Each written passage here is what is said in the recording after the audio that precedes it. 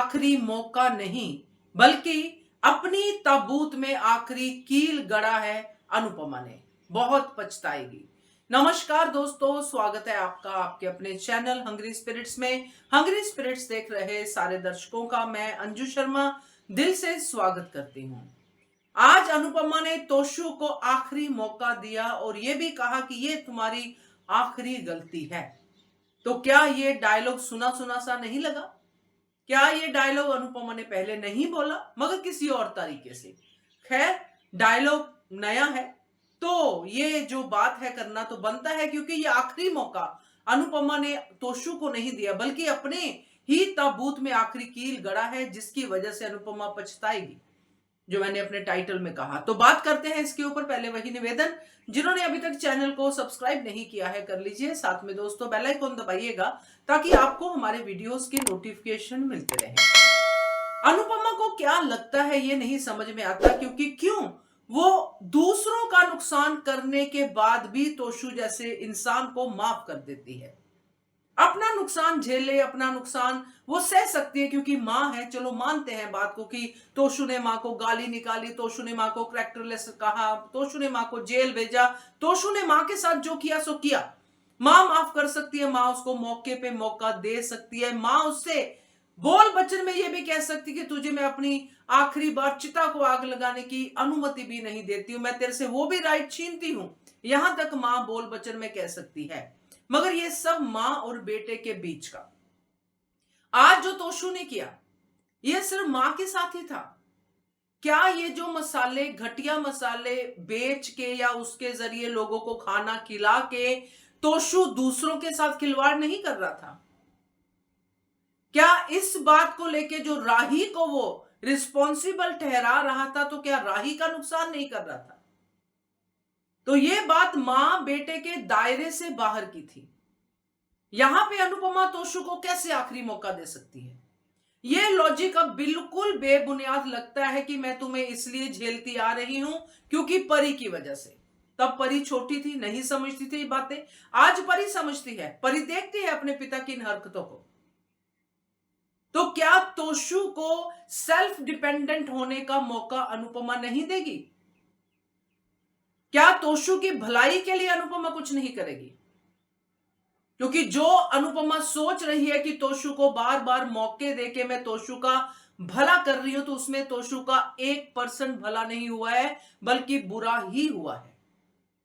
आज तोशु को अनुपमा लात मार के घर से निकाल दे तो क्या तोशु अपने लिविंगहुड के लिए काम नहीं करेगा? अपने परिवार को पालने के लिए कुछ नहीं करेगा?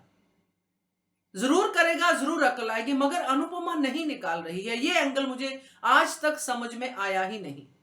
बाकी सारी बातें मैं अंडरस्टैंड करती हूँ, मां का दिल है, मां अपने बच्चों को बार बार मौके देती है, ये भी अंडरस्टैंड करती हूं। मगर जो मौके अपने ही बच्चे का नुकसान करते जाए, उन मौकों का क्या फायदा? क्या जब से अनुपमा ने तोशु को मौके देने शुरू किए हैं, तोशु उसके बाद सुधरा है या और बिगड़ा है? आप लोग ही बताइए, क्योंकि तोशु तो उसके बाद हर बार एक ऐसी हरकत करता है जिसको लेके अनुपमा को शर्मिंदा होना पड़ता है अपने ही लिए कि मैंने ऐसा बेटा पैदा किया। तो क्या इस बेटे को सबक सिखाने के लिए अनुपमा सिर्फ अपने ही घर में रख के, उसी चार दीवारी में रख के ही मौके देगी, ताकि बेटा आगे कुछ और करे? और बेटा अब और बड़ी गलती करेगा, क्योंकि ये बेटा सुधरने वाला नहीं है। क्योंकि जिसने इतने सारे कांड कर लिए, कांड गिनते उंगलियां खत्म हो जाती हैं, वो क्या ही सुधरेगा?